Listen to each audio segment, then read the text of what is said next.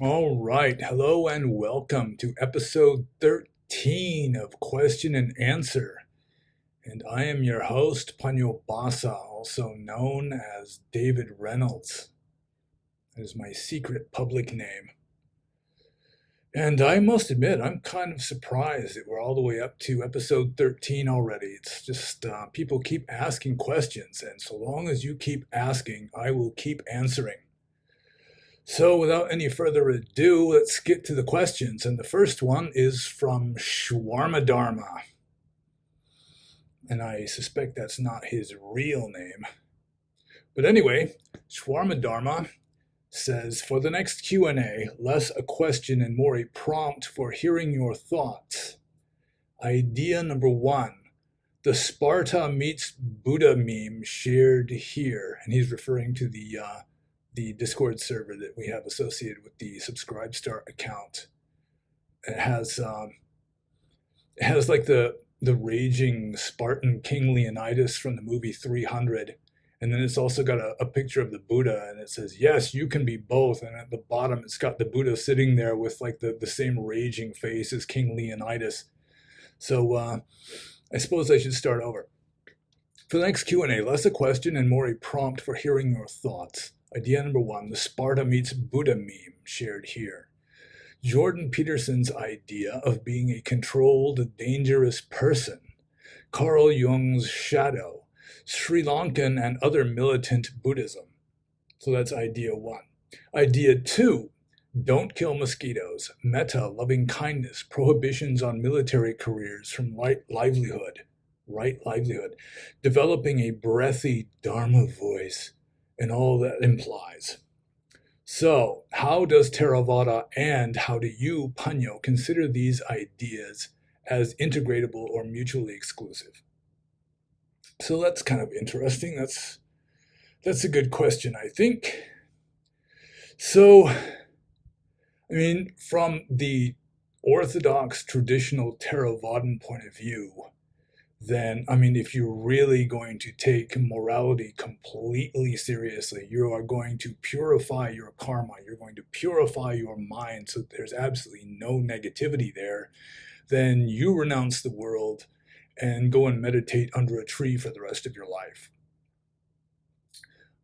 There are some bones tossed to the lay people, I suppose you could say, with regard to the five precepts. And even the five precepts, yeah, I mean, you're not allowed even to kill a mosquito, even if you're following five precepts. So the question here is, how do you reconcile these two, if they are even reconcilable? And this is a theme that I've been addressing quite a lot in my blog. In fact, two of my most recent posts have been on this very subject, more or less. And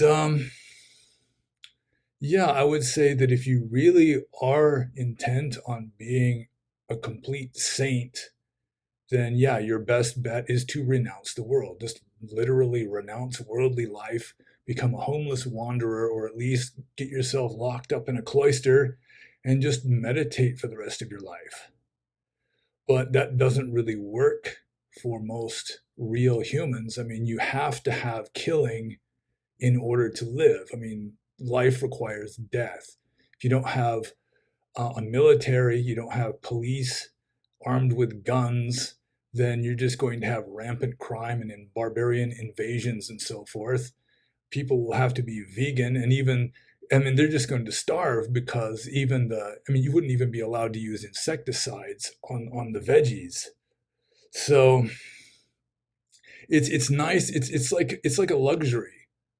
Pure morality is a luxury, and not everybody can afford it in various ways.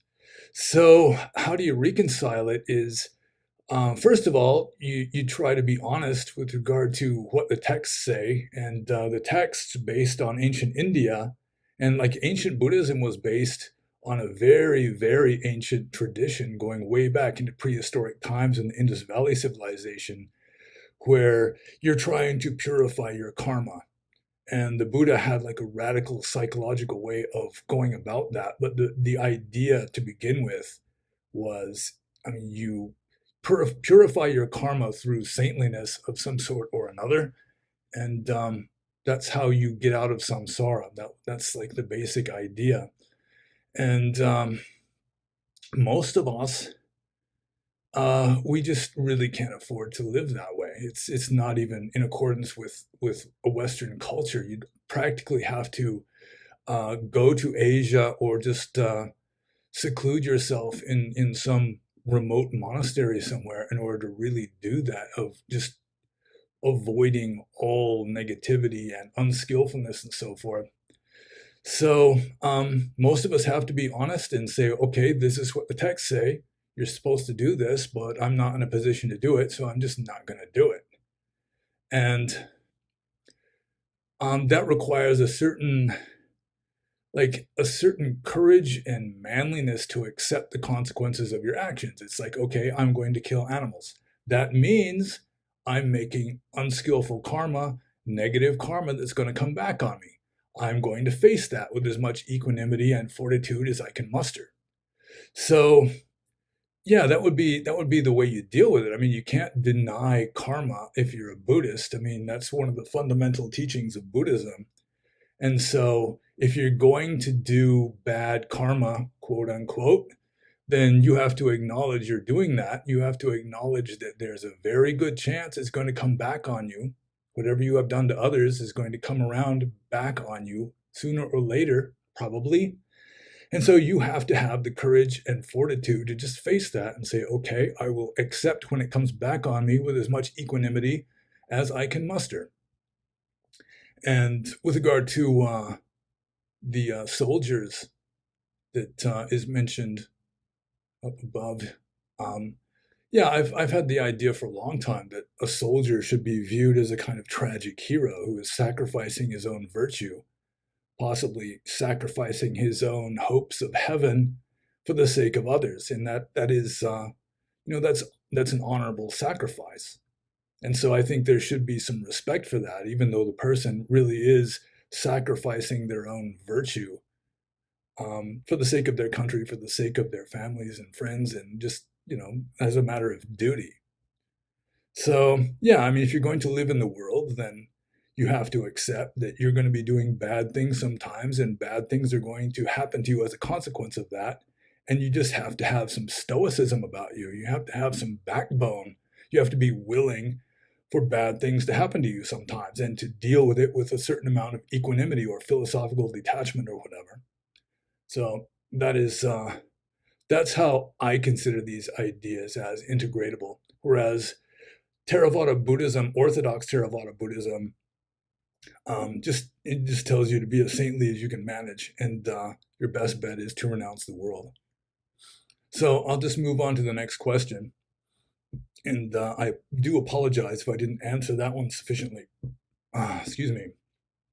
Next question is from Mirror of Emptiness. My question for the next Q&A is, on the Ship of Fools podcast, we were speaking of being mindful in extreme situations, me giving the example of being the observer of my own intense panic attack, and you giving the example of losing your temper and going into a rage while being mindful.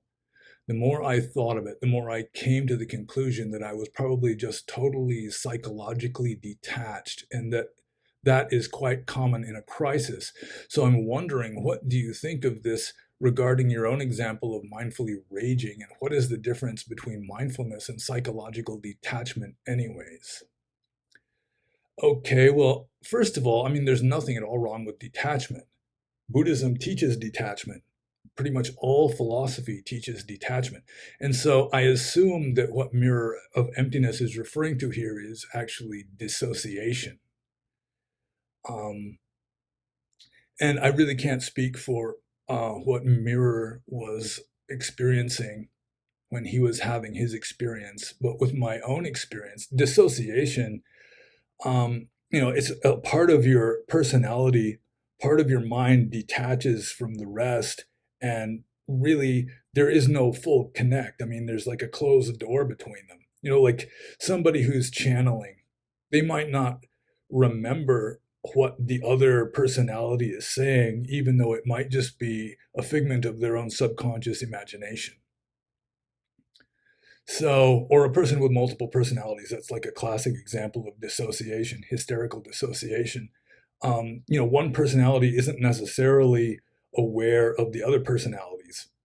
But for example, the case he's talking about, and there's been numerous occasions in my life where I have gone through a kind of, I won't call it dissociation, but maybe a kind of detachment where, like in this case, I was living in a cave in Burma and the heat was just unrelenting. It was just so hot for months and months, probably the rainy season, and like at least one out of every 3 rainy seasons, sometimes 2 out of 3 in that part of Burma were just a bust. They'd just be a drought and the crops would fail and it just wouldn't rain. And it was probably one of those. And finally, I just snapped and was just yelling and cussing and slamming things. And suddenly, there was just a kind of shift of consciousness where there was like, I was suddenly aware of this higher level of consciousness that was just observing me throwing a conniption. So I was still throwing the conniption, I was still yelling and cussing and slamming things, but it was as though I was an actor playing the role of somebody throwing a conniption, because there was just this other level of consciousness just observing it all with detachment and just not really being involved. And that's happened to me many times, not just that time. Often in times of crisis, like there have been a few times even before I was a meditating monk where I'd be driving a car that would hit a patch of ice or something. I'd start sliding out of control. And again, it was just, my mind would just become crystal clear. I'd stop thinking. It would be like this higher level of consciousness would just do whatever was necessary to keep me alive until the crisis had passed. And then I'd go back into the normal state of consciousness again. And it really has struck me that that level of consciousness is always there. So, with regard to dissociation, it's like when felt like I was an actor playing the role of somebody throwing a conniption, where it's like the conniption is going on, it's like you're like a method actor playing out, like living out the role or whatever. But at the same time, the actor always is knowing, to be like if he's on stage, you're facing the audience or facing the camera, and you know where your balance is, and you know where everybody else is to balance out the scene, and you know how much slobber's in your mouth and all that. It's not necessarily any kind of contradiction or anything unhealthy at all. It's just the way it is. And I really do think that that higher level of consciousness is always there, but our ego is identified with itself and ignores higher levels of consciousness that are just as much us, or maybe even more us than the ego is. So, yeah, I'm not sure how well I answered that one, but let's see. I'm reading the question here. I'm wondering what you think of disregarding your own example of mindfully raging. Yeah, and it wasn't always raging either. It was all sorts of things could happen that would sort of trigger this sudden awareness of like almost like looking down at yourself, sort of like a near-death experience where you just kind of rise up and you look down, you see yourself sprawled on the pavement down below. I mean, it wasn't really like that, but it was sort of like a psychological equivalent of that, where like one part of your mind is just kind of stepped back and watching all this stuff going on. And really, that's what mindfulness is like as a practice. If you're practicing mindful detachment, that's pretty much what you're doing anyway. So I think I'll move on to the next question. From Otomo, he asks a number of questions here. And he says, more stupid questions if you have not already answered them. And I would just point out that there are no stupid questions. There are only stupid people. And nobody who asks these questions are stupid people. I can say that honestly. So no worries. It's all good.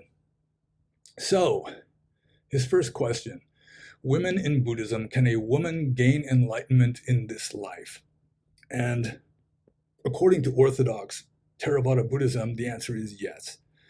In fact, in the story of the Buddha allowing an order of nuns to exist, At first, he thought it was a really bad idea, and he didn't want to allow an order of nuns to become part of the Buddhist Sangha. But his cousin Ananda, his cousin and attendant Ananda, the Venerable Ananda, talked him into it. And one of the arguments Ananda used was pointing out to the Buddha, and the Buddha had to agree to this, that women are just as capable of becoming enlightened as men. According to like the ancient tradition, only a man can be a fully enlightened Buddha who gets the wheel turning again after Buddhism has died out. But aside from that, yeah, women are just as capable of becoming enlightened as men. So women and men are not the same, obviously. And in some ways, they may not be equal, for example, with regard to physical strength. But apparently, at least according to Buddhism, with regard to wisdom, or at least the potential for wisdom or the potential for liberating insight, men and women are equal. And that is arguably the most important kind of equality that we could have. So the answer is yes, women can gain enlightenment in this life. So the next question, idolatry in Buddhism. Buddhist statues are heretical. How do the Southern Asian sects deal with that? And I had no idea that Buddhist statues are heretical. In the ancient Theravadan texts, the Pali texts, there's no mention of Buddhist statues at all. They hadn't been invented yet, so there's no mention of them, just as there's no mention of computers or cell phones or monopoly. I mean, it's just not there. So technically, really, Buddhist statues are not heretical from a Theravada Buddhist point of view. One theory about the origin of Buddhist statues is that they were invented by Greeks who had invaded and conquered northwestern India at that time. They had converted to Buddhism, and the Greeks liked their statues, and so they started making Buddhist statues. And the story goes that the first Buddhist statues made by the Greeks were modeled on the god Apollo, and at that time, in that part of the world, Apollo had a top knot of hair, and that's why the Buddha statues had that weird lump on the top. It's based on this aristocratic top knot of hair that the god Apollo had, at least according to the story. But yeah, for the first few hundred years of Buddhism, there were no Buddha statues. And if the Buddha was represented at all in art, it would just be an empty seat or a footprint, something like that, just to emphasize that he was no longer in this world. He had attained Nirvana. He was no longer in samsara. So the Southern Asians like statues too, by now, obviously, and it's not really heretical. It's got its good points and its bad points. It's at least a focus for devotional feelings and so forth. So yeah, I think I'll just move on to the next question. Also from Otomo regarding Buddhist prophecy. Do you believe them? If so, why? Don't they just create suffering? I'm not exactly sure what Buddhist prophecies Otomo is referring to. There are prophecies in the Pali texts. So in the ancient suttas, there are prophecies made by the Buddha. And you can use these prophecies if you're cynical and like a good scholar as a way of dating the text, because usually the way it works, and Bible scholars do the same thing. It's like you've got a book of prophecies, and when right at the point where the prophecies stop being 100% accurate and start being wildly inaccurate, right at that point is probably when the text was composed. And so the Buddha has a very high track record with regard to his prophecies, which could indicate, if you're a cynic or a skeptic or something, that the text wasn't composed until after the event that he was prophesying.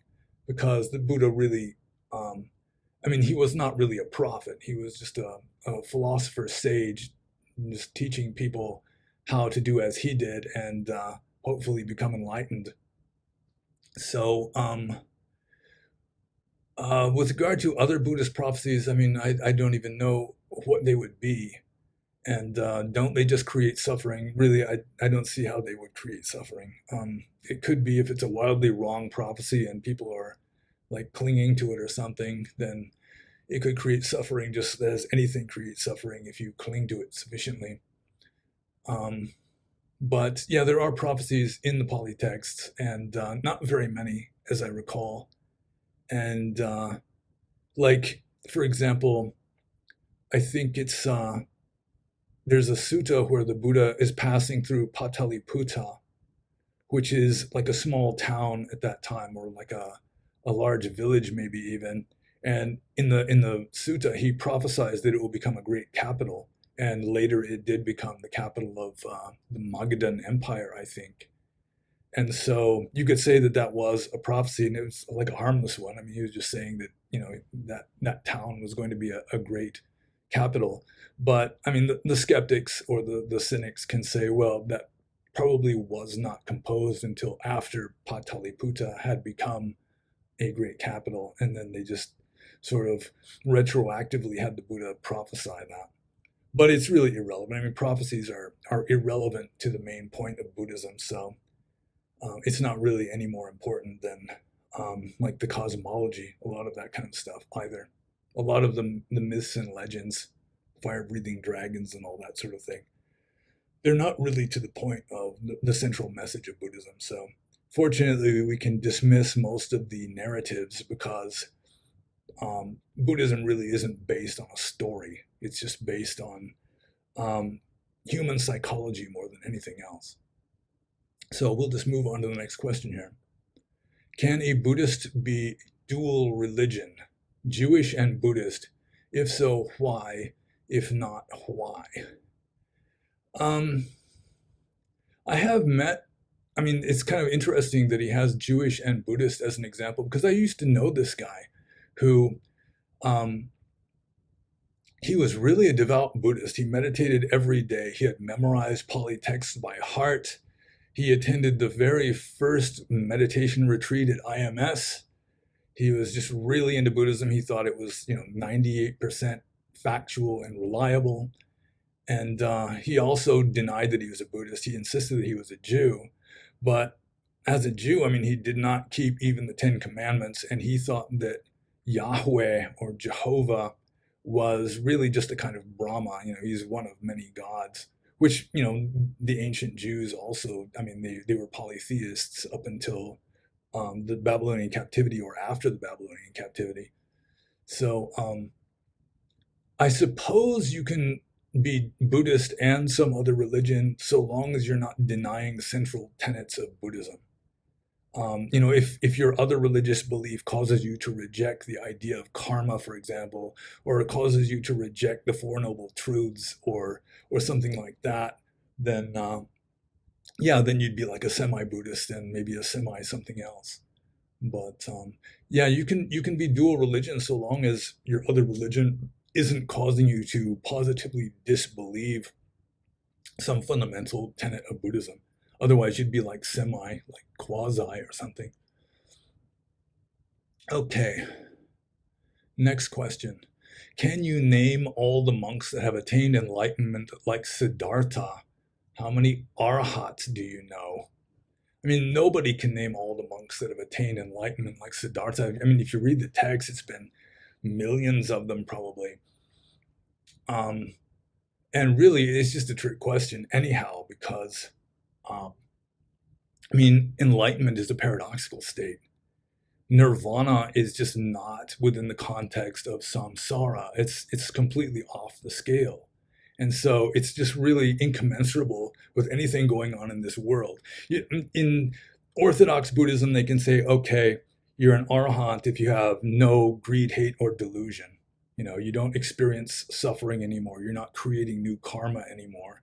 But only another arahant could possibly know whether somebody is an arahant or not. And maybe in some cases, even then, another arahant wouldn't know.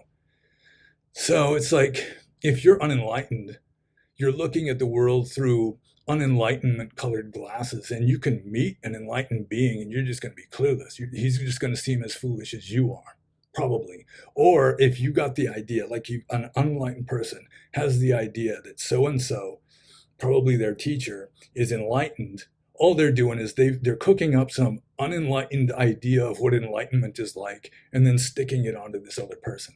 It's an unenlightened idea of what enlightenment is, because any kind of idea an unenlightened person has is bound to be unenlightened. So the whole thing is kind of a trick question.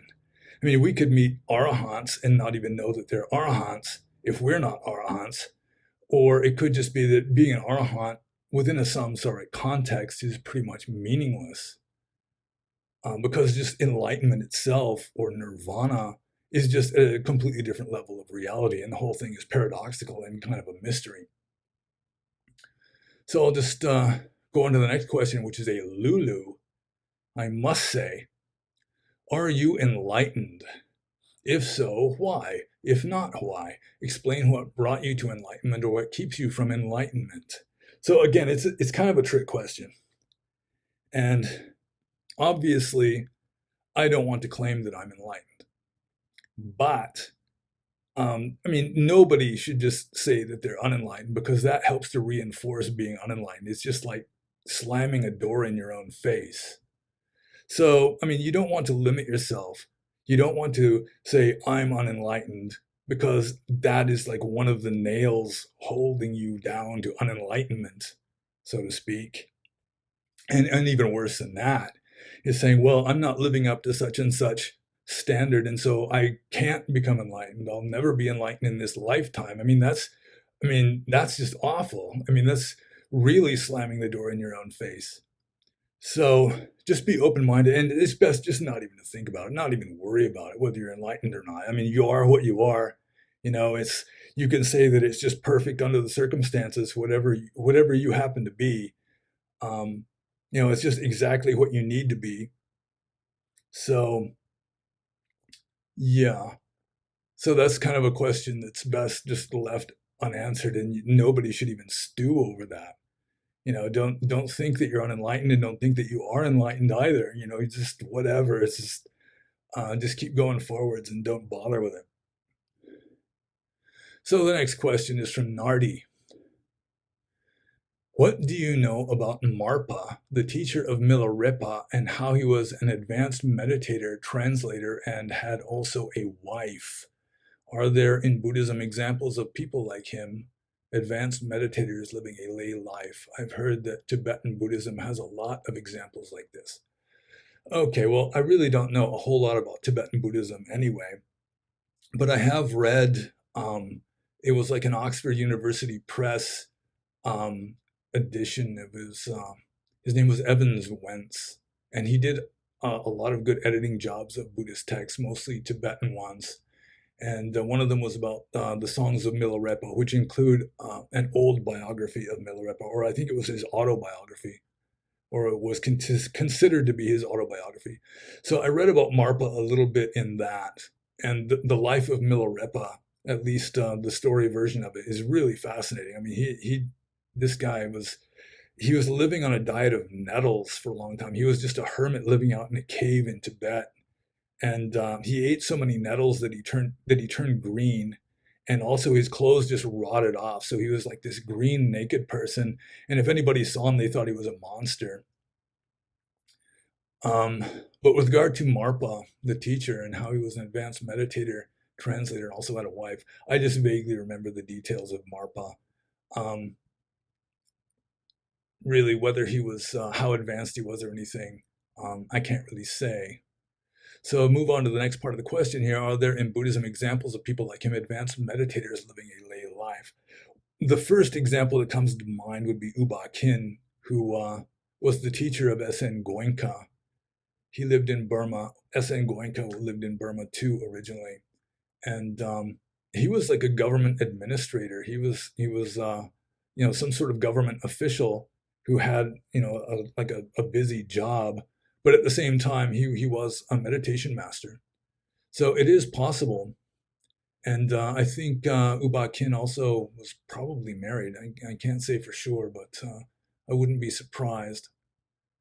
So yeah, I mean there are advanced meditators who live a lay life. I would assume that they're more into mindfulness or vipassana meditation, quote unquote, than developing jhana. Because I mean, if you're living a busy life with lots of stuff going on, then you're better off meditating on a moving target and not trying to cultivate just absolute stillness and simplicity. But yes, it can be done.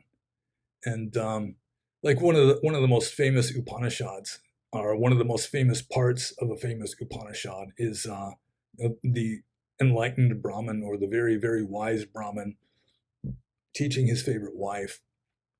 And it's like a dialogue between the Brahmin and his wife. I don't even remember what Upanishad it was, but it's one of the main ones. So at least there are records of really advanced spiritual beings who did live in the world and were married and had families and all that. It makes it more difficult, you know. It's like a more advanced difficulty setting, but it's still possible. And really, again, just thinking that you can't become enlightened unless you're a renunciant is, again, you're just slamming a door in your own face. So the next question is from Sam. In fact, he's asked a number of questions here. And he says, thanks for your time and patience. I hope you have understanding, and I am not trying to offend in any of my language or thoughts here. Peace. Okay, well taken. Question 1. Can you please address corruption in the Buddhist hierarchy, for example, in the materialized establishment, such as problems with deception, making business, monks who can't practice what they preach, fake relics, etc.? Why I think this is most important. People have had enough deception from other groups and turned to Buddhism as the last known religion that is supposedly the most revered as saintly. Also, deception is a big factor to drive people wrong, especially if they're in a vulnerable position of seeking help from a higher power. Okay, well, I mean, what it all boils down to is that no matter what the religion is, no matter what the religious system is, it's going to be run by human beings, and human beings, for the most part, are foolish. And any religion that becomes like a mainstream religion, especially if it becomes like a state religion, you know, like the religion of a culture, then obviously it's just going to go corrupt as hell. You're going to have just corrupt politicians taking the roles of like priests and like bishops, archbishops, that kind of a thing. And so within just about any system, the majority are going to be foolish to some degree. I mean, you're not just going to have like a sangha of arahants. There's going to be wise guys and crooks and clowns and drones and just for the most part, the drones are going to be the majority. They might be well-intentioned, you know, not bad drones. You know, they might have a good heart. They might be a good person, even if they're not very good at like living the life of a monk and living up to all the responsibilities and ideals and all that. So yeah, a lot of this, I mean, it's like in Burma. Burma has very strong Buddhism, relatively speaking. I think it could very well be called the most devoutly Buddhist country on earth. But still, it's like, what do we got here? Deception, yeah, that happens. Making business, yeah, like a few of the most famous monks in Burma, they charge money for their Dharma talks. Monks who can't practice what they preach, which is most of them, because the standards are so high in Buddhist monasticism that yeah, you get angry. I mean, you're not supposed to do that. You're not supposed to feel lust. You're not supposed to you know, you're just supposed to be striving single-mindedly for enlightenment and pretty much just non-stop, and almost nobody can manage that. And most people just aren't ripe for that. Like most of the people who become monks, especially in a Buddhist culture where it's mainstream, they're not doing it out of like this intent desire to become enlightened. I mean, a lot of them just want to live an easy life, or they're really poor and can't afford a good education unless they become a monk and get to go free to the monastic schools. Or maybe their parents are poor and have got 8 kids, so they just send one of the kids, usually like the laziest, ugliest one, to become a monk. just to have fewer mouths to feed, and then to add the prestige of having a monk in the family, that sort of thing. A lot of monks in Burma have been ordained since they were children, and they just don't know anything else to do in life. They're just kind of stuck that way. And let's see, fake relics, yeah, lots of those. Although most people don't know that they're fake, they think that they're real. So Buddhism, I mean, yeah, like Theravada Buddhism, with regard to like sex scandals, they're way less than in lots of other religious systems. Um, yeah, I think the Buddha did really well when he set up the system. For example, he had like a two-level system of religion, which is, it's possible in other religions also. It does happen in other religions, but you've got like the really sincere practitioners, they've got a higher set of standards and more rules to follow. And then if you're really not up to that, then just 5 precepts minimum. And even most people don't follow those perfectly. So it helps to reduce hypocrisy anyway. And having strict rules against handling money kind of sort of makes the monks better, although 98% of them still handle money. But yeah, it's I mean, as religious systems go, Theravada Buddhism is a good one, pretty obviously. But any religion, um, once the enlightened founder dies, it's just going to go downhill into corruption and just human foolishness, because it's human. I mean, we're all human, and there might be certain upsurges of inspiration where things get better and more enlightened, more fresh and alive, more inspired, but they don't last. It's all anicca. Nothing lasts forever. So I'll just move on to the next question by Sam. Think about the possibility of a mix between Maya and ghosts, or that sort of energy, or even deceivers of energy. Please address what you think about this mixture possibility. And I'm not 100% sure what the question is, because Maya applies to samsara in general. So ghosts would be an aspect of Maya or illusion, samsaric illusion. But then again, so would we. I mean, the highest heavens also are manifestations of samsaric illusion to some degree. Um, with regard to deceivers of energy, that might be sort of, if I understand correctly, maybe something like what's called a glamour, or like a succubus, like a parasite, a drainer of energy.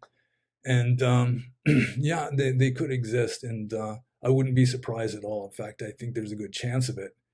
But really, our own mental states are preeminent, and our own karma determines what happens to us. So um, if you have a problem with some parasitic little spirit that's sucking some of your energy, and I've read that this does happen. It's not in Orthodox Theravada, I'm pretty sure, but I have read that such things can happen.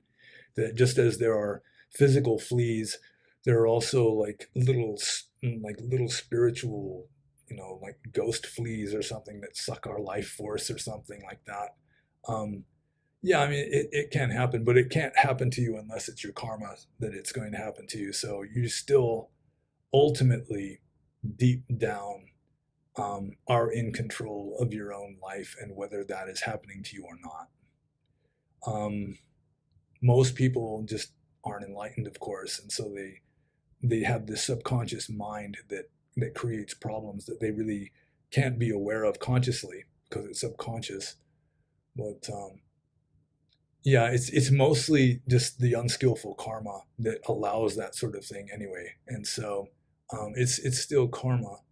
But I mean, the main gist of the question, I'm not exactly sure. A mix of Maya and ghosts. Like ghosts could be illusory, that it's like a kind of aspect of a mental illness, and yeah, sure, that's possible too. But it is all ultimately psychological, because karma is really what is conditioning our experience. So I'll just move on to the next question, which I trust I will understand better.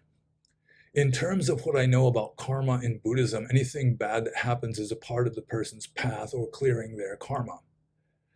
How would a traditional Buddhist address a room of young children that have been used as slaves or raped by adults? In this example, the children would already have some recovery so they could move on to the next stage of understanding and healing. Or maybe you could address adults about this example. Okay, this is really kind of a tricky, kind of sensitive, touchy sort of question because, like I just said, whatever happens to us really is the result of our karma. It's like the fruition of our karma.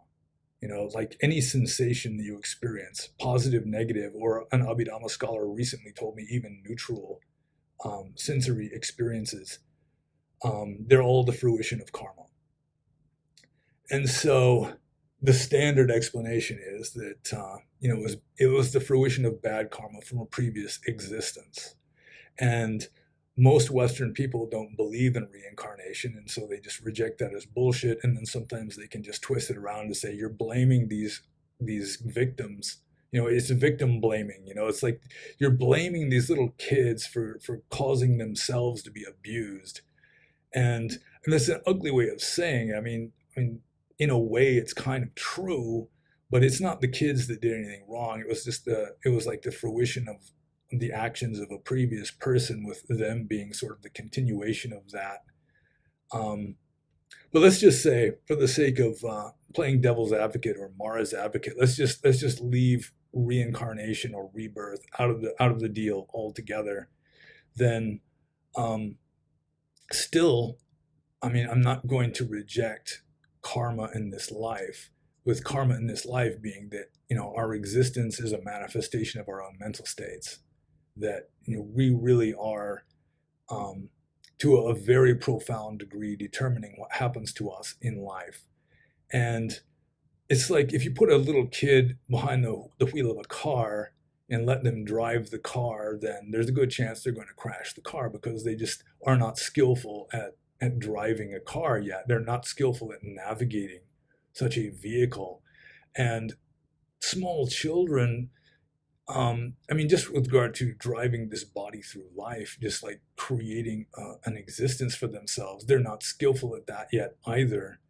And so, sort of like they're they're not good at lucid dreaming yet. And so in that sense, you can say that because they're children, they just don't know any better. They don't have enough wisdom cultivated yet to steer their life in a good direction, and their parents obviously have woefully failed in protecting them.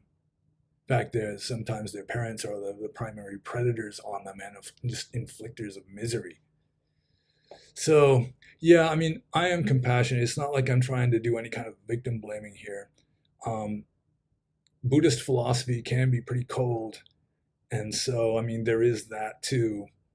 But even if you say it is the fruition of their own karma, then still, I mean, you should do what you can to be compassionate and to be helpful. And obviously, you shouldn't encourage anything like that, and do your best to discourage that sort of thing from happening in your world. So let's see if I'm answering the question correctly, if I've just completely gone off on a tangent here. Let's see, how would a traditional Buddhist address a room of young children that have been used as slaves or raped by adults? Yeah, I mean, the world is, samsara is a place of suffering, and we are imperfect, which is why we are here. And it just gets more imperfect for some than for others. I mean, sometimes just in this very world, you've got hell realms. You've got minor heaven realms, and you've got minor hell realms. Just going to like a crack house or something. I had a little bit of experience with that like a long time ago.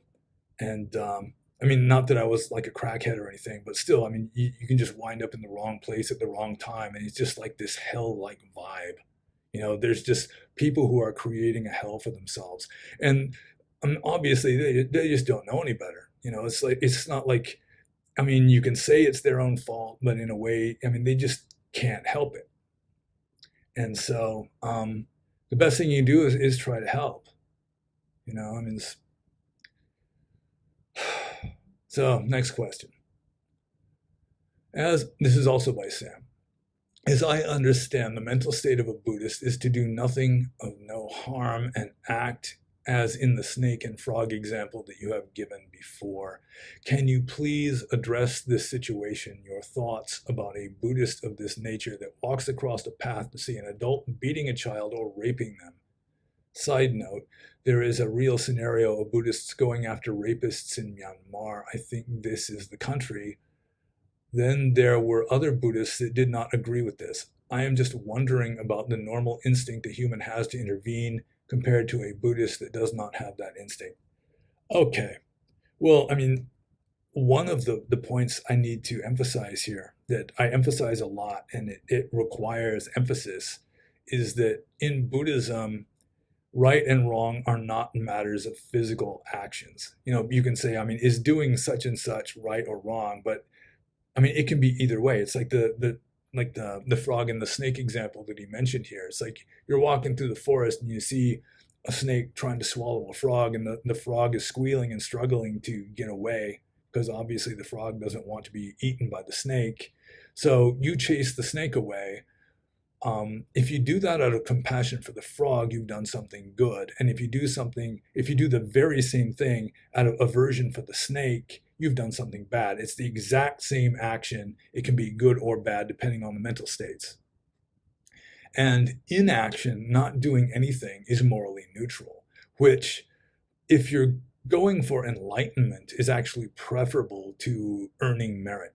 Because if you're earning merit, you're still making more karma that keeps you in samsara. So not doing anything is morally neutral. It's neither good nor bad. Even if you're just watching somebody drown, you're watching somebody get assaulted or whatever.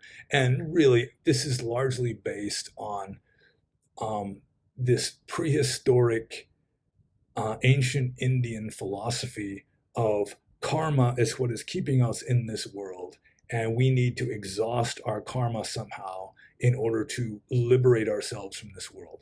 And so there are cases like in the text of a monk that will actually sit on a riverbank and watch a pretty girl drown because it's against the rules for a monk to touch a woman.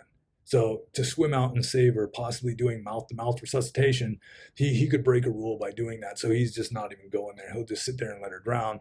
And technically, I mean, it's cold as hell, but technically, so long as he's in a neutral state, then, I mean, he's done nothing good or bad.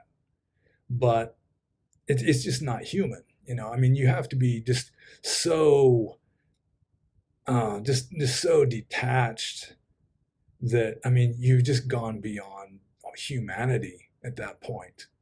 And there are stories like, there's a story of the Buddha in a previous life. He was a farmer, and he had one son, his only child. And he was a farmer, so he went out to plow the fields, and he brought the kid with him. And the kid's just playing in the shade of a tree.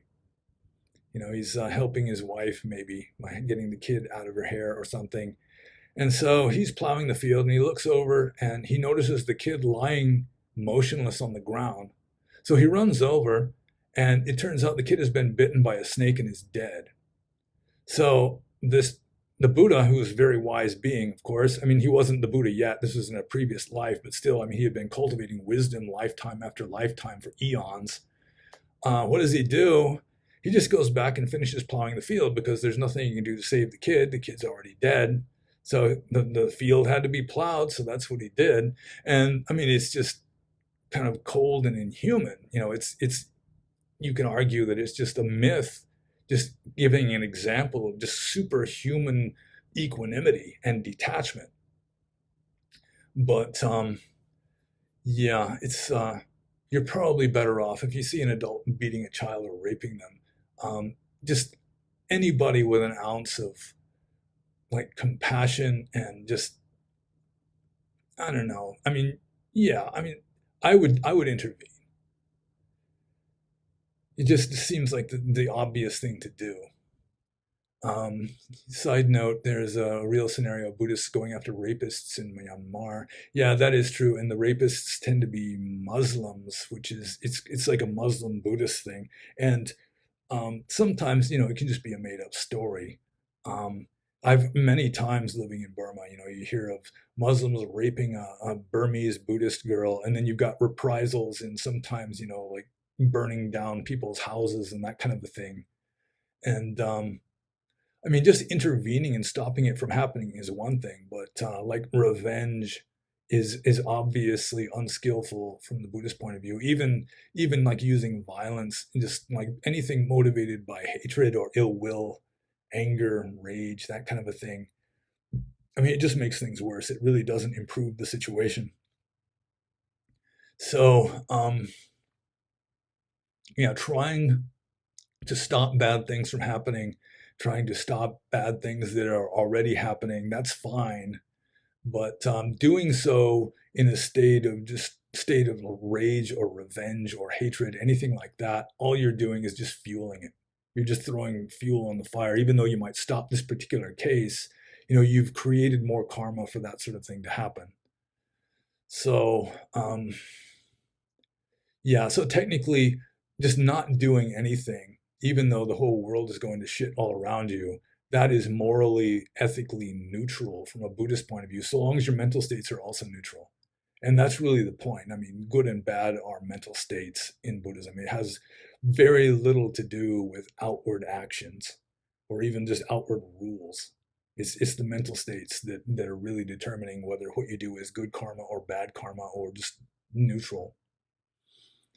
So the next question, let's see. Oh, wait, he's got a sub question after that one. Then is this kind of non-action considered enlightenment? And I've already pretty much answered that. Whereas, I mean, physical non-action, I mean, it's just neutral. It's not enlightened or unenlightened. It's irrelevant largely. So, but like mental non-action, yeah, it's sort of like in the Tao Te Ching, it's talking about Wu Wei or non-action as a kind of enlightened state, where your mind is just in this kind of stillness, equanimity and stillness. You could say that that is enlightenment, I suppose. That would be about as good of an inadequate definition as any. But yeah, I mean, just watching something bad happening and not reacting, or watching something good happening and not reacting outwardly, yeah, it has nothing to do with wisdom really, because wisdom is internal. It's a mental state. It has nothing to do with physical action. I mean, your physical actions are a reflection of your mental states, obviously, but that's not necessarily the case. I mean, a person who doesn't talk could be a silent sage, or they could just be an idiot and they just don't feel like talking then. So, yeah, I think I'll just move on here. One more question that is also extremely important in terms of teaching others.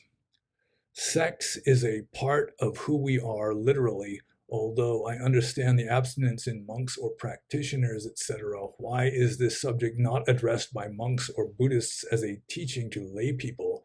How can someone teach another person how to have a better life by not addressing the elephant in the room? Maybe they do address it, but if so, why would it not be one of the most important subjects since this is who we are? Well, for starters, monks, the primary purpose of a monk is not to be a teacher. The primary purpose of a monk is to just radically renounce the world and go for it until you're enlightened.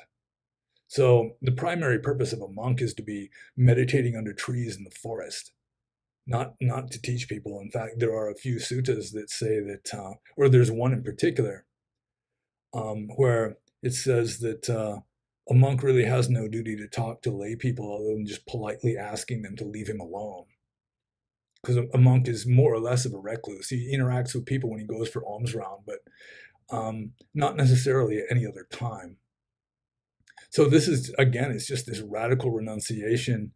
Theravada Buddhism was like a spectator sport where, like the people that are really serious are like the pro team, and then like the lay people are just like the fans supporting their favorite team.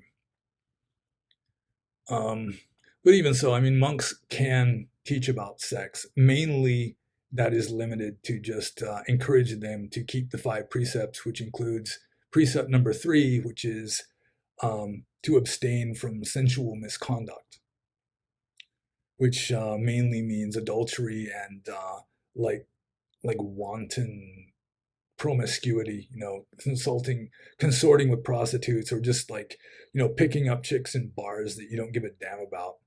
It's like if you want to avoid breaking the 3rd precept, then you would be faithful to one person and you would have sex with a person only that you love, and they don't already have binding obligations to somebody else, that sort of thing.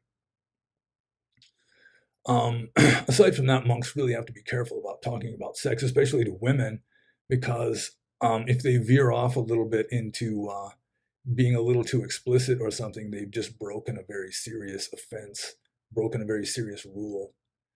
So, yeah, monks, they're not supposed to talk about sex much, um, because it is something that they shouldn't even be thinking about, really. And so that's kind of what the lay people, I mean, it's sort of like a lay person's issue. And so, the lay people have to kind of work that stuff out on their own. Like, um, it's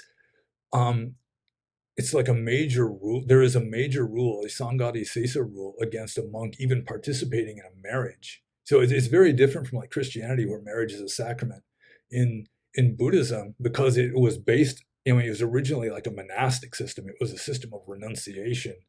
So that, yeah, that's just, monks don't even go there. This in Burma or other Buddhist countries, like a couple, like on their wedding day, after they've already gotten married, they can go to the monk to receive the blessings. But the monk really should not bless their marriage before they get married, because then he would be acting as a kind of matchmaker, encouraging this kind of romantic attachment stuff that, Buddhism is so unworldly that it just tends to avoid that kind of stuff altogether, if at all possible. So yeah, that's one reason why lay teachers in the West can do better than monks in the West, because lay teachers can talk about that kind of stuff more, and also they can speak from their own experience with regard to worldly issues that lay people encounter. So monks are often so attached and so unworldly, so sheltered. They're just like living in a monastery, or out in a forest or something, that they really can't relate to the like the problems of everyday modern life in the West, or in a westernized civilization. So I hope I answered that one well enough, because I'm moving on to the next one, and this is from Bodhisattva 969. The highest goal in Buddhism is enlightenment, or Nirvana, and the end of samsara, to be born again and again. Does that really mean we should extinguish ourselves with enlightenment, or is there anything else behind that somebody can achieve? Well, this is, it's always butting heads with just the whole paradox of enlightenment, because really enlightenment is off the scale. It's just not a samsaric phenomenon, even though there are attempts to describe it as such, because you have to describe it somehow. But by describing it, you've just invalidated your description. So, does that really mean we would extinguish ourselves with enlightenment? No, because there ultimately is no self to extinguish. All you're really extinguishing is a kind of illusion or delusion. And says, or is there anything else behind that somebody can achieve? And that immediately reminded me of the last two verses of a really ancient Pali text called the Kalahawivada Sutta of the Sutta Nipata. And first there's talk about enlightenment, and I won't go into that. I won't read the whole sutta here, but at the end, the person asking the Buddha the questions, he asks about enlightenment. The Buddha gives this strange enigmatical speech. I suppose I should read that too. Here, I'll scroll down here. I just happen to have it right here. His description of enlightenment is: he has no perception of perception. He has no perception of non-perception. He is not without perception. He has no perception of void. For one who has attained thus, form becomes void. For founded in perception is diversifying designation, which is very koan-like and kind of inscrutable. So then the person who's asking him the questions asks, do indeed some intelligent ones here declare that the highest purity of the spirit is to that extent, or do they declare that it is even more than that? And then the Buddha says, indeed, some intelligent ones here do declare that the highest purity of the spirit is to that extent, But then some of them, claiming to be adepts, declare an attainment in which nothing that was taken up remains. So having understood these to be dependent, the sage, an investigator, having understood the ways of dependence, a released one, having understood, does not come to contention. The wise one does not attain to this or that existence. So one of the points of what he's saying here, as far as I can understand, is that you just don't cling to any kind of explanation of what enlightenment is. That any explanation is going to be invalid because enlightenment is just off the scale. And so if you want to have an enlightened attitude, you don't cling to any point of view. You don't cling to any beliefs, any kind of philosophy.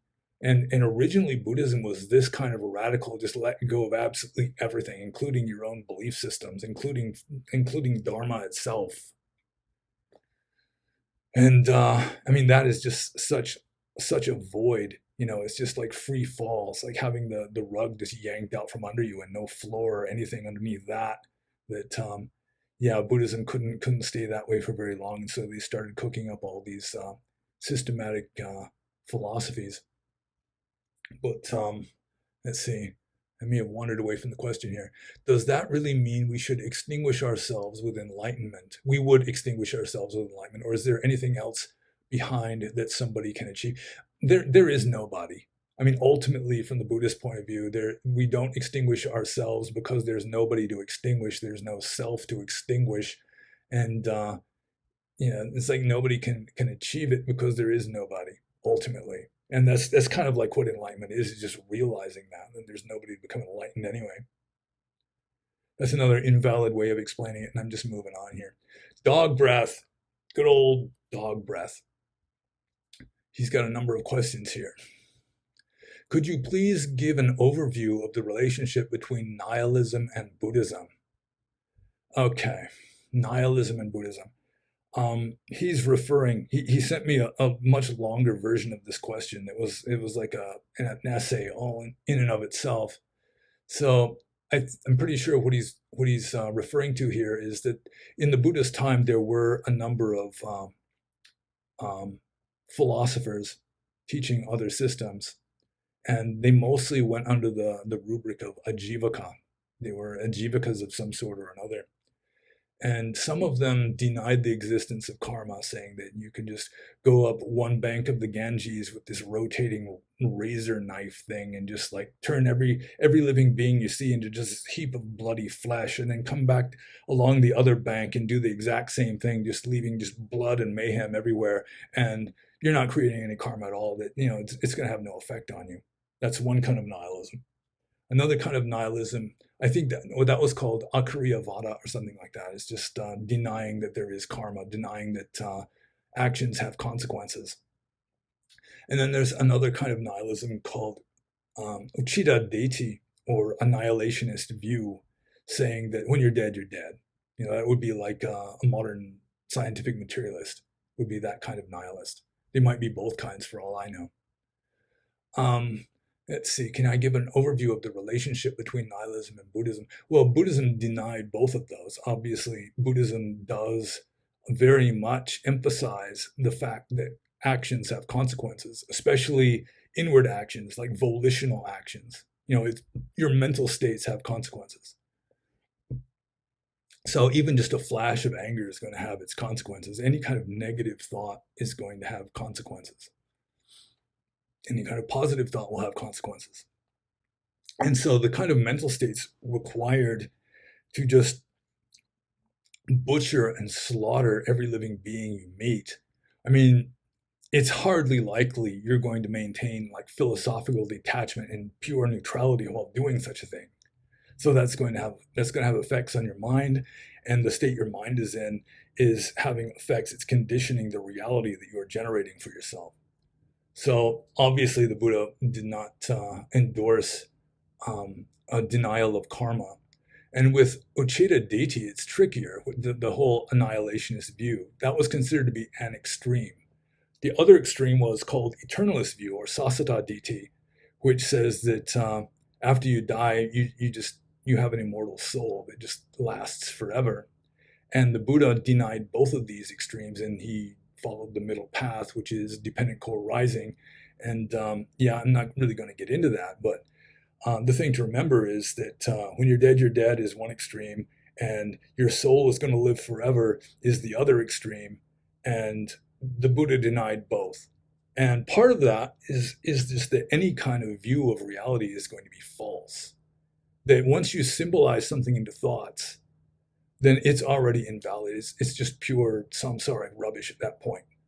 No matter how elegant it seems, no matter how convincing it seems, still, once you've made a model in your mind of what reality is supposed to be like, then yeah, it's like drawing a picture of God Almighty. I mean, you just can't do it. It's not even an approximation. You can say, well, this is just a crude sketch of what God Almighty looks like, but no, it's because God Almighty doesn't look like anything. Just even assuming that there is a God Almighty, right? Just playing, I don't know, devil's advocate. We'll say that there is a God, but I mean, there's no picture you could draw of him that would be even like a crude sketch. I mean, it just doesn't work that way. And it's the same way with reality in general. You can say that just like Spinoza says, you know, that reality is God. It's like, I'm pretty sure Spinoza said that. And I say it too. It's like, if there is a God, then God is just ultimate reality, you know? So you just can't put it into words. And that's why, like earlier, I was talking about how early Buddhism is just saying, you know, you don't cling to any point of view, don't cling to any philosophy, you know, no belief system is it. You just let go of all of that. And so you let go of the idea when you're dead, and you let go of the idea that you have an immortal soul that's going to live forever. And that's, just call it good. I mean, don't even bother with it. I mean, don't bother with trying to figure out whether you're enlightened or unenlightened or anything like that. Just be here now, essentially. And it's very hard to answer some of these questions. Any question that relies on dependent co-arising is just it's not easy to answer, because even the Buddha himself was not very successful at answering it, because it's considered to be central to Buddhist philosophy, but still almost nobody understands it.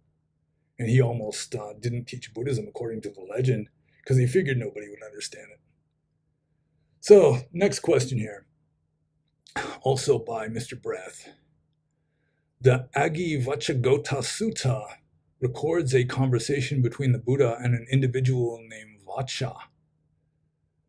The Buddha asks Vacha a question to the effect of, if a fire were to go out and someone were to ask you whether the fire went north, south, east, or west, how would you reply? And Vacha replies that the question does not apply, and that an extinguished fire can only be classified as out. So Mr. Brett's question is, I am confused as to how an enlightened being can be both out and in, that is, in this world existing, especially if to exist is to transgress, and we are told the Buddha did exist for many years following his out of enlightenment. Can you please explain the seeming contradiction?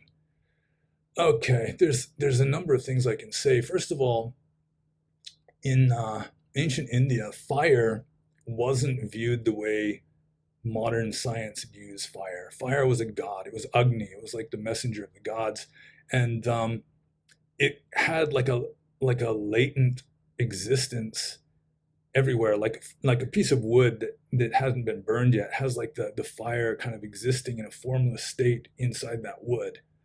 And so when a fire goes out, it's not necessarily just like ceasing to exist. It's just going back into like a formless state. So there is that. But again, it's like the whole question of how can an enlightened being be both in and out? It's samsara and nirvana are not opposites. They are not mutually contradictory.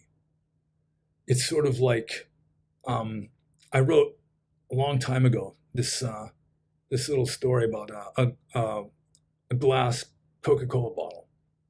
It's an old story when Coca-Cola bottles were still glass. And it's like, well, what is it? Is it glass or is it a bottle? And well, I mean, it's glass and it's a bottle, right? Sure. So it's not really a contradiction in terms, even though glass and bottle don't mean the same thing. So it's like glass is A, bottle is not A. So you've got this thing that's A and not A simultaneously, which should be impossible according to the Aristotelian laws of thought. has to be A or not A. It can't be both. But here it is, A and not A, because it's glass and it's a bottle. And bottle does not mean the same as glass. Bottle is not glass. I mean, you can have a plastic bottle. You can have a glass ashtray. So they're not synonymous. I mean, it's A and not A at the same time. And so the Buddha, he's in Nibbana, so to speak, and also in samsara simultaneously. But samsara is like a state of illusion. It's just form. It's not essence. It's form. Like the Coca-Cola bottle. It's like the answer to the mystery, or the question. Glass is like the essence or substance. Bottle is just the outward form of it. And you could say the same thing, that nirvana is the essence of this universe, and that samsara is just a kind of conditioned apparent outward form. But they're not mutually contradictory. I mean, they're not mutually exclusive necessarily. If you're completely stuck in samsara, then yeah, you're just clueless with regard to nirvana. There is no nirvana as far as you're concerned, but still, it's just pervading you, because it's the essence of reality is just pervading you anyway.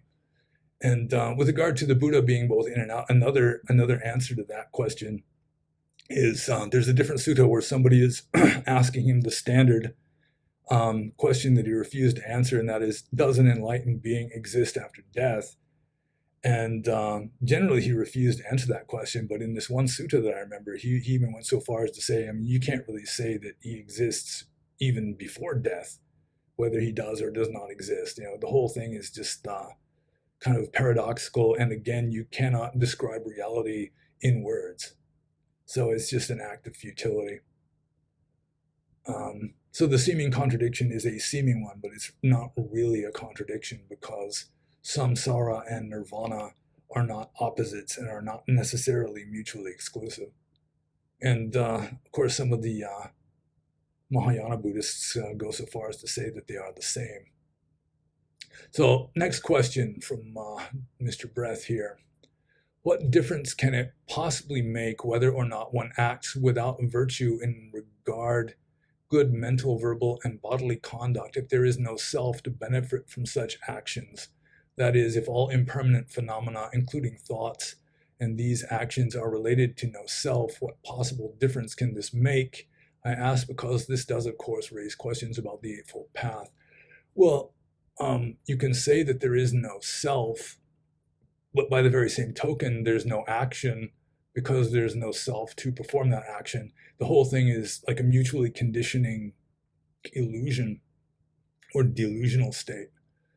So, I mean, you're like in a dream, and it's like, so long as you're in the dream, even though, I mean, the dream you isn't real, arguably, and your actions in that dream aren't real, arguably, still, I mean, so within the context of the dream, I mean, your actions still have consequences, and you're going to suffer if you do something, like, hitting your hand with a hammer or something in the dream. I mean, there's no real hammer, and your dream hand isn't your real hand, but still, I mean, in the dream, it's going to hurt and all that. So, so long as you're stuck in this samsaric Plato's cave, then I mean, you do well to try to be as low impact and cause as little suffering for yourself and others, even though yourself and others are just part of the dream, the flickering shadows on the wall, so to speak. Let's see. Try and go back here. What difference whether or not one acts without virtue in regard? Yeah, I mean, ultimately, it doesn't matter at all. I mean, if you go to hell, I mean, what difference does it make? It might make a difference to you, even though, the whole thing is kind of an illusion.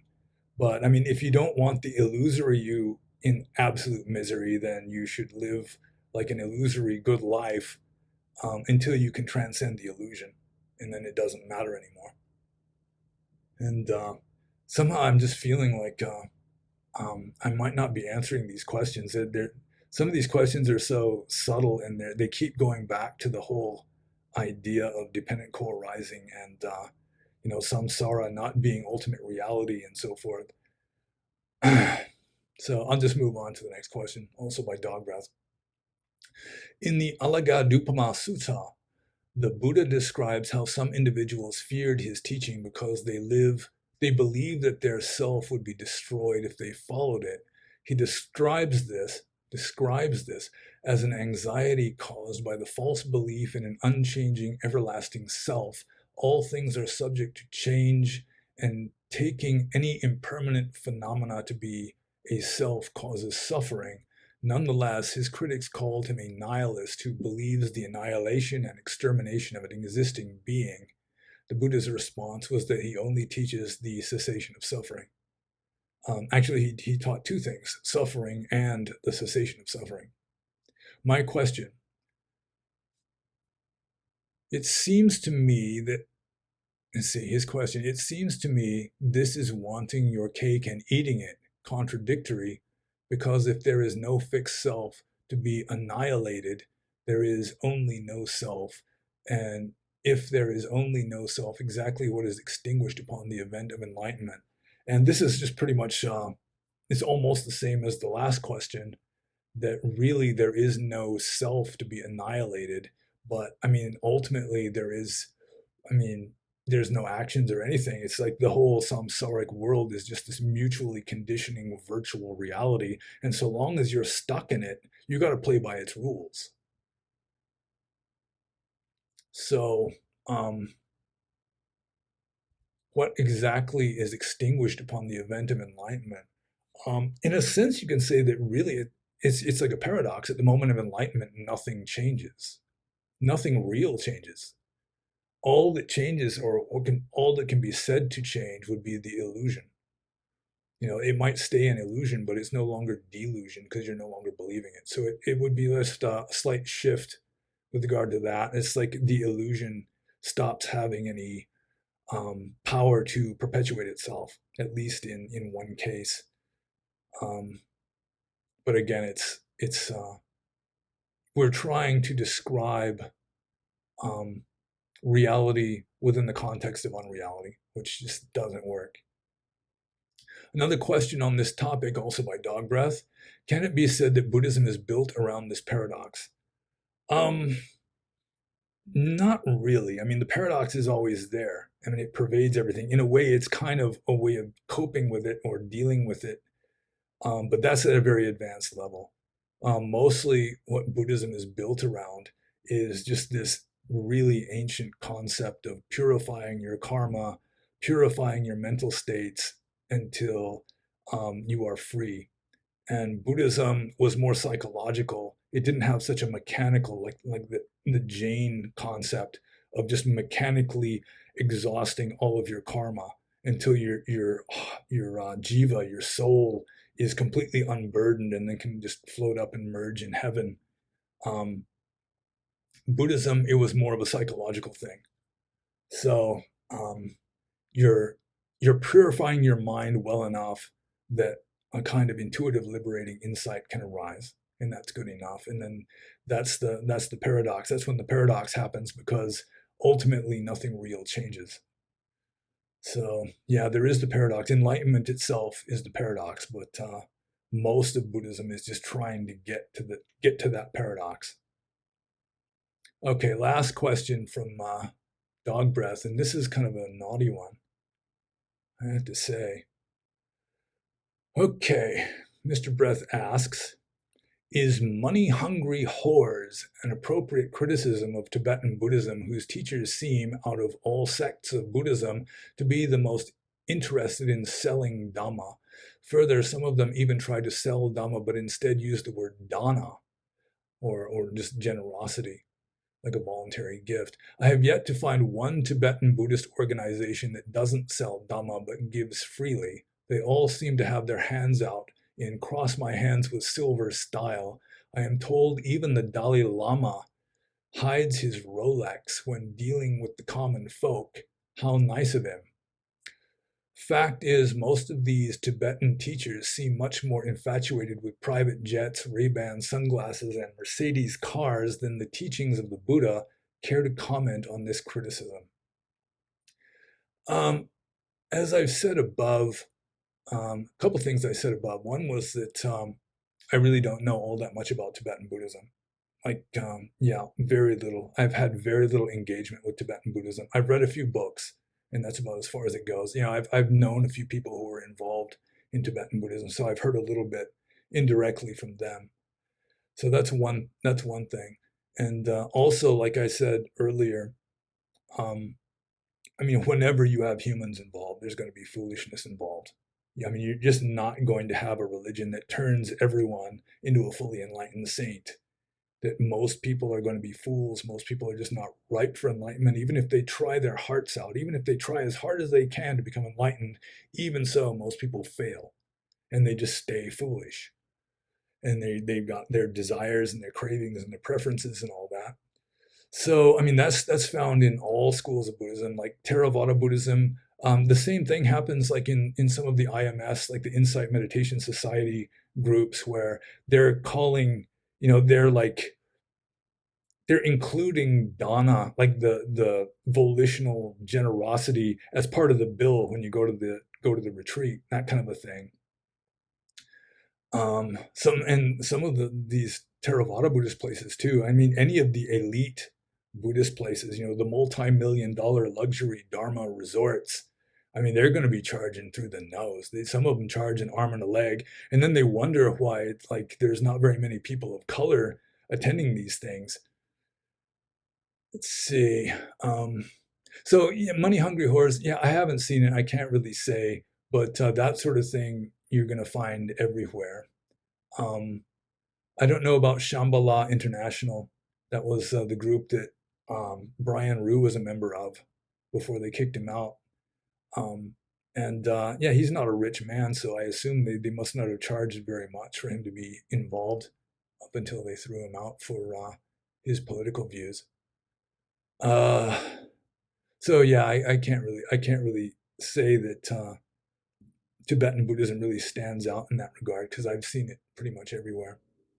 So next question is from Potila. And Potila says, you mentioned that it is possible the Bhikkhuni order arose after the death of the Buddha.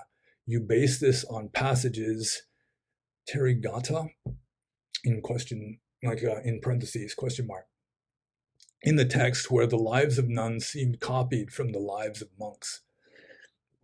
Do you think the Bhikkhuni order started during the Buddha's lifetime or came after? If it came after, then did the idea of the fourfold community come out of this development? Also, can you point out a few texts you are referencing to make this conclusion? Okay, this is kind of a complicated one. First of all, let's see, is it possible that the Bhikkhuni order arose after the death of the Buddha? I think it is possible because there's definitely some ambivalence towards Bhikkhunis in the texts. I just get the impression that the Bhikkhuni order was added almost as an afterthought, and that a lot of the Theras, like the senior monks, just didn't like the idea. And so it could have arisen at the first council. Maybe the Buddha allowed it, but even so, if he did, it was the Bhikkhunis were this kind of like a tolerated group or sort of a fringe group. I mean, they're very rarely mentioned in the texts. There is the Therigatha, which is referenced here. That is, it's a book of inspired verses, supposedly composed by nuns, like enlightened nuns. Although a lot of the scholars nowadays are of the opinion that most of them are fake, that they were just cooked up after the fact. Like they're composed in like verse meters that didn't exist until hundreds of years after the time of the nuns' supposed existence. And it could have just been cooked up by monks and then just attributed to nuns. Some of that almost certainly happened. But the reference to let's see here, basis on passages in the text where the lives of nuns seem copied from the lives of monks. That's mainly in the Vinaya, or the rules of monastic discipline, where the rules that are similar between monks and nuns, which is most of them, they just took the origin story for the monks' rules and just like pasted the names of nuns onto it instead in a lot of cases. And there was the notorious group of 6 monks who were supposedly responsible for all sorts of misbehavior that caused all sorts of rules to be formulated. And for the nuns, they've gotten very conveniently the group of 6 nuns who do the same kind of stuff. And that really doesn't prove anything because the origin stories themselves are pretty obviously cooked up after the fact in many cases. Um, so, yeah, I don't have any proof that the nuns or the Bhikkhuni order arose after the death of the Buddha, but there's obviously some ambivalence.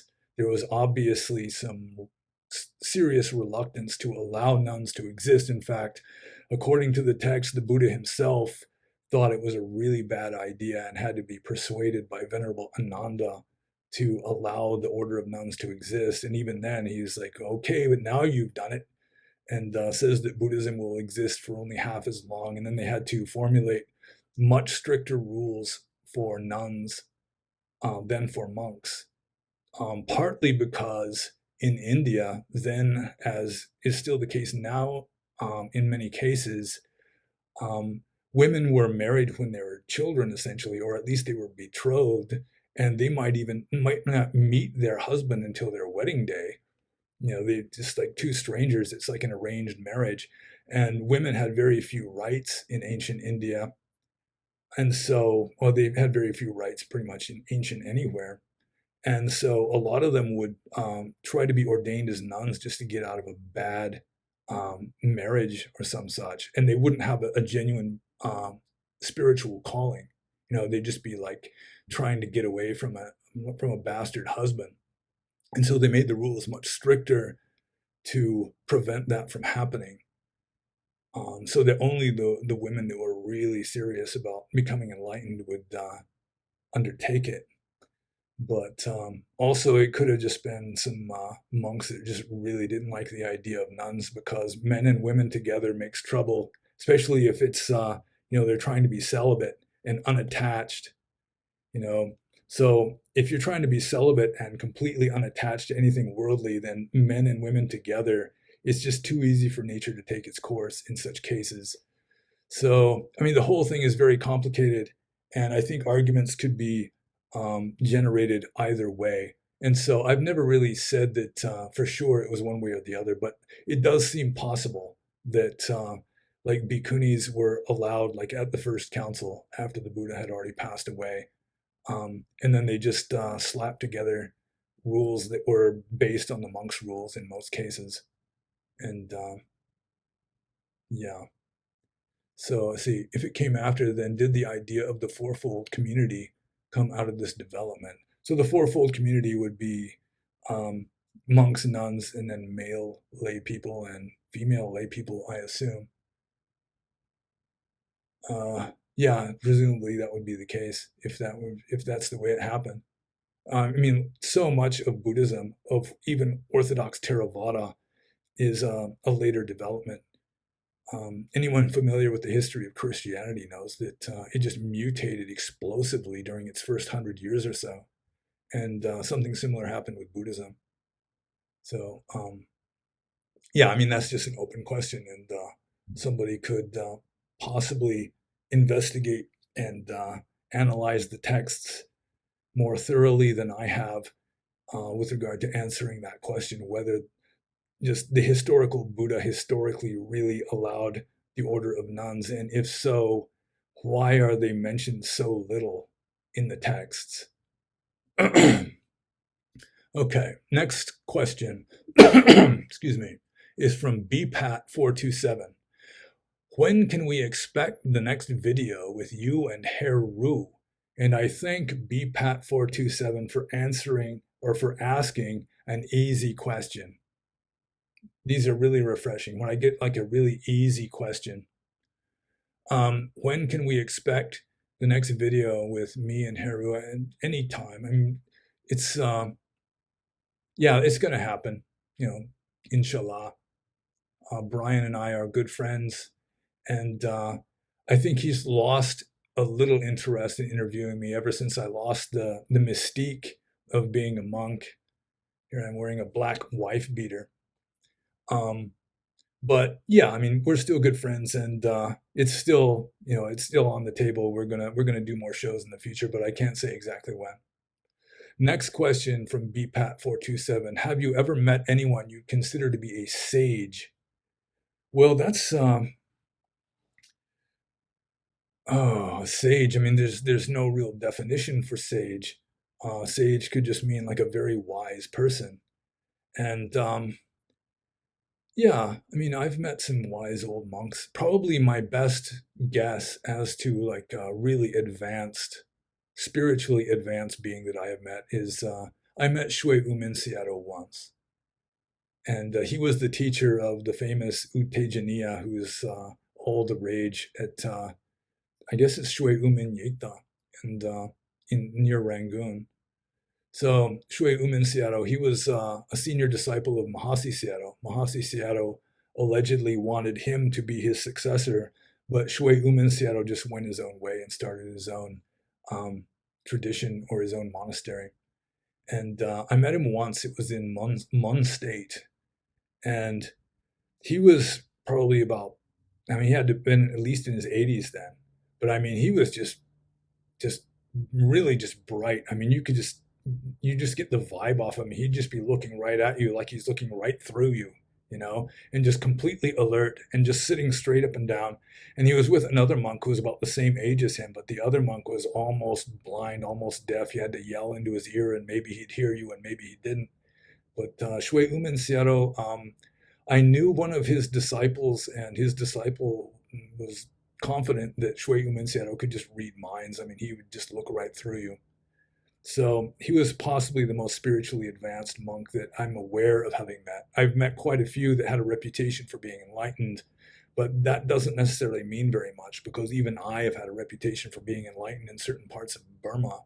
All you have to do is just be a relatively serious monk and you can get that reputation pretty easily. So yeah, he would be my best bet, Shui Umin Seattle. So next question. Also, do you think you've ever met a true Sotapanna? And this is like a trick question because, I mean, my interpretation of the four stages of sainthood um, are very different from the Orthodox. So I'm a heretic with regard to this. But personally, I think the original meaning of a Sotapanna or a stream enterer is it would be like the Buddhist equivalent of a born again Christian, or just even just like a new convert, somebody who's just become Buddhism, just started living like a spiritual life. They're inspired, and they've set their life on a path of Dharma.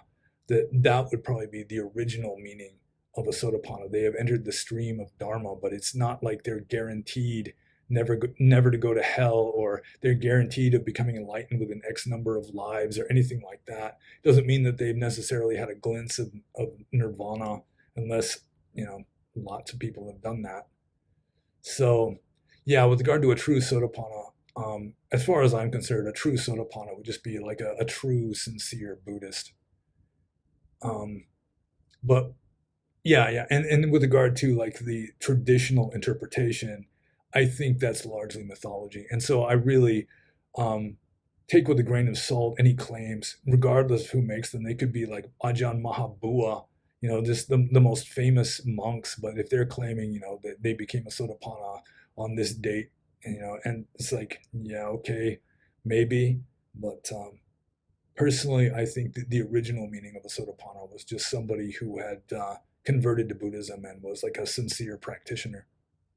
Because, like, for example, just give you an example of why I think this. There's an obscure rule, a Patidesaniya rule in the Bhikkhu Patimokkha that forbids relying too much on a family of Sotapannas, essentially. And yeah, it just kind of strikes me as odd they'd have a rule like that unless you don't want to rely too much on a family of Sotapannas, just because they're like new converts and they just tend to be just too generous in donating stuff to monks, and then that can be a hardship for them. So just out of compassion for these new converts, they made that rule. That's my interpretation. I'm a heretic though, so you can interpret it as you please. And finally, the last question, the very last question of this particular episode 13. is from Chaplin. And Chaplin says, can you compare the Buddhist concept of karma with Christian sin? And how does forgiveness come into play with both? Do bad deeds simply compound with bad karma in Buddhism to be worked out in a future life, while Christians believe in a system of confession or perpetual forgiveness and washing away of sin in this very life? Okay, yeah, that is a good question, because it's like a fundamental difference between Buddhism and certain other religions, including Christianity.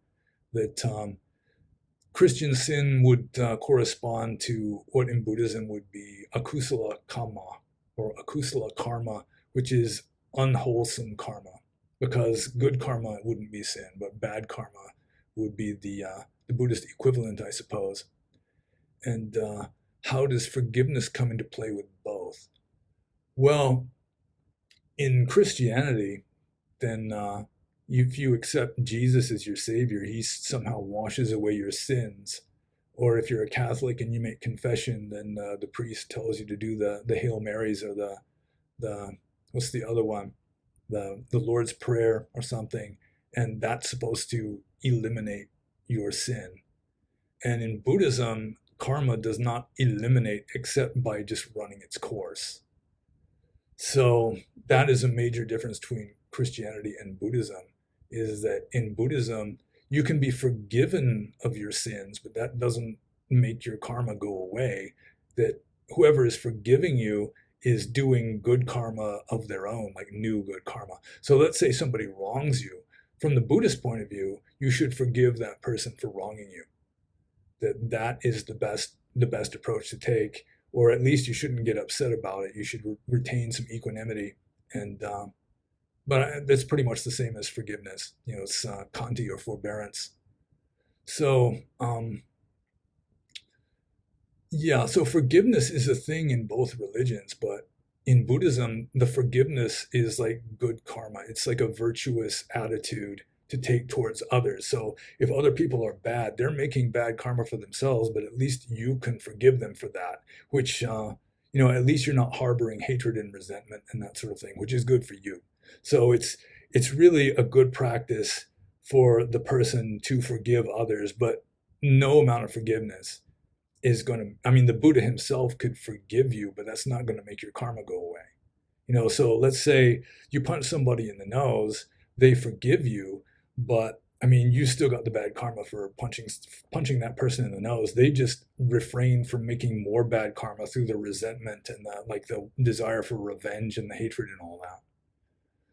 So yeah, the karma has to work itself out, or according to Abhidhamma, sometimes just there's no opportunity. It's your karma to get hit by a train, and for some reason, you just don't go near train tracks or something, and it just doesn't happen. So eventually, it just kind of fades out. That can happen too in some cases, but yeah. So the Buddha is not a savior. He doesn't absolve us of our sins.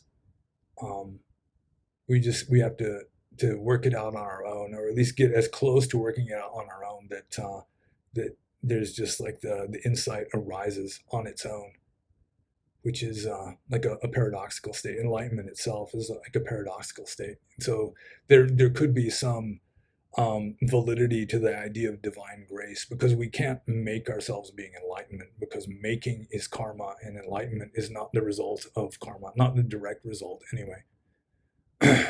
Nirvana has no cause and no effect, because it's off the scale, as I keep saying. So yeah, that's the difference. Is Christian sin, God forgives you and it's all wiped away. But in Buddhism, even if the Buddha himself, even if thousands of Buddhas all forgive you, you still got the karma, because you've made it, and it's there in your own personality or in your own character or something, and it's got to run its course in accordance with this universal law. And so I think I answered that question, and so I think I answered all of the questions. At least I hope I did. Some people might still be scratching their head, but I did my best. And if you have any more questions, and I would not be surprised if you do, because people have been asking lots of them, then you are very welcome to ask, and I will do my best to answer them. And as you may have noticed, I do best within the realm of like Theravada Buddhism and early Buddhism and meditation, ethics, Burma, that kind of thing. And Tibetan Buddhism, I don't really know all that much about. Every once in a while, somebody will ask me a question about something that I've never even heard of before. But I'll be honest and admit that I don't know.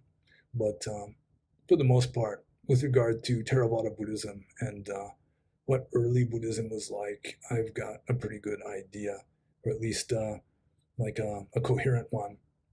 And so you're welcome to ask. If you have questions to ask, you can put them in the comments below this video. Or if you are subscribed on my Subscribe Star channel, then I'll put out an announcement and you can put your questions there. Or if you are on the Discord server associated with the Subscribe Star channel, there is a question and answer room on the server where you can leave your questions also. And hit me with your best shot. And people keep asking really good questions. So ask away and everyone be happy.